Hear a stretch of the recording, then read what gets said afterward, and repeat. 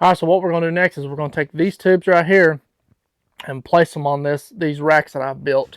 Kind of make them look like this right here. So these are going to be the racks that I'm going to hand fire off of. So let me get these put together and then we'll move on to the next step. Just got them all done. Got them all taped in place so they don't tip over or move. And the reason I use tape is because I do want a little bit of give in them. Not that it really matters a whole lot, but I think it does help a little bit. So, but they're not going to fall over. So what I'm going to do now is go get all the shells, put them in here, and then I'm going to go back either with aluminum foil or HVAC tape. I mean, you can use duct tape. I've seen people do that before. I really don't want to do that. But if you do use duct tape, I wouldn't recommend using like the Gorilla tape.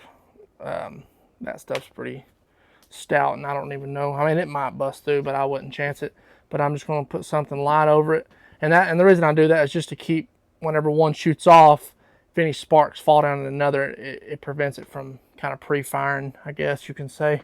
So I'm going to do that, and then we'll move on to the next one. All right, let me show you what I'm about to do here. So I've got the plywood lined up here. So what I'm going to do is cut it right down through here. And what it's going to do is I'm going to be able to glue these cakes onto this plywood. So it's, like I said, it's going to prevent them from tipping over, but plus it also kind of helps me keep the show organized because, you know, I'll have these here and more cakes through here. Then once I get to the 200 gram cakes, they're a lot smaller so I can fit a lot more on. Just makes it easier to carry, keeps everything organized. And like I said, when I set it down, just go hook the wire straight into the module, and it just makes setting up everything so much easier.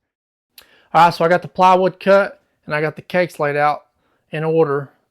Start with number 1, and then they go in order, and then I kind of squeeze them all in there. I left one open for a firework cake called Seek and Destroy.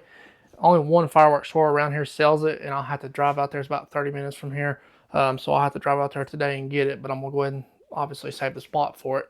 But other than that, now that I've got them all laid out, they'll be ready to glue down. So I'm going to glue each one of them down and then probably even put a little bit of tape on the side just to be on the safe side.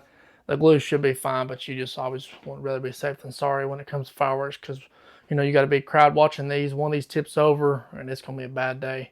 So get these glued down, tape them up, and then we'll be ready to go. All right, here's the final product.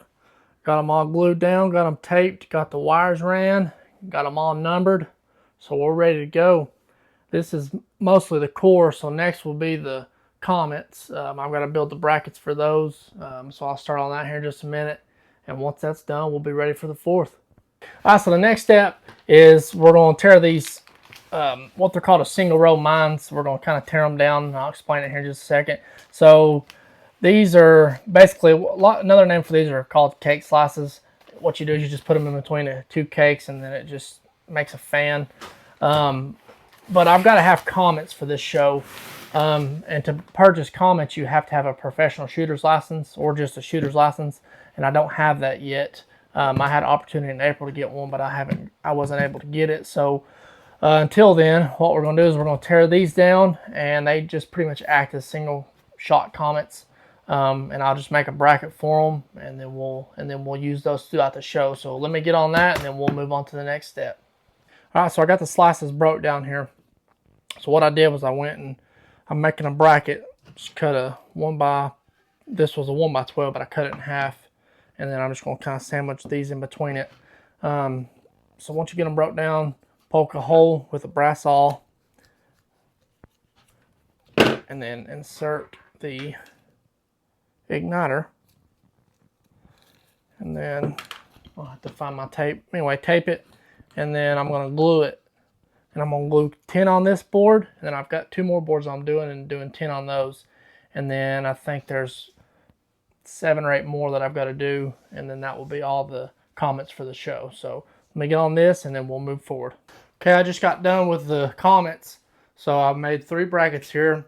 Now these 2 are like kind of the beginning of the show, and then those are kind of more through the middle of the show. Now, I did say I was going to put 10. I actually had to put 1 more on each. It ended up being 11. So the reason I did it like this is because I'm going to kind of separate these 2. So that way, whenever I have the 2-position show, one's going to be over here and one's going to be on the right side. And then they're going to be kind of going off back and forth. And that's just the way I did it that way. But you can see I've kind of got them all numbered of when the cues are going to fire. And then these are going to kind of go off. So I've got these 3 going off at the same time. As you can see, I got them numbered 14 and then 34, 34, 17, 17, 8, and 8. And they're going to be kind of the doubles and triples of the show.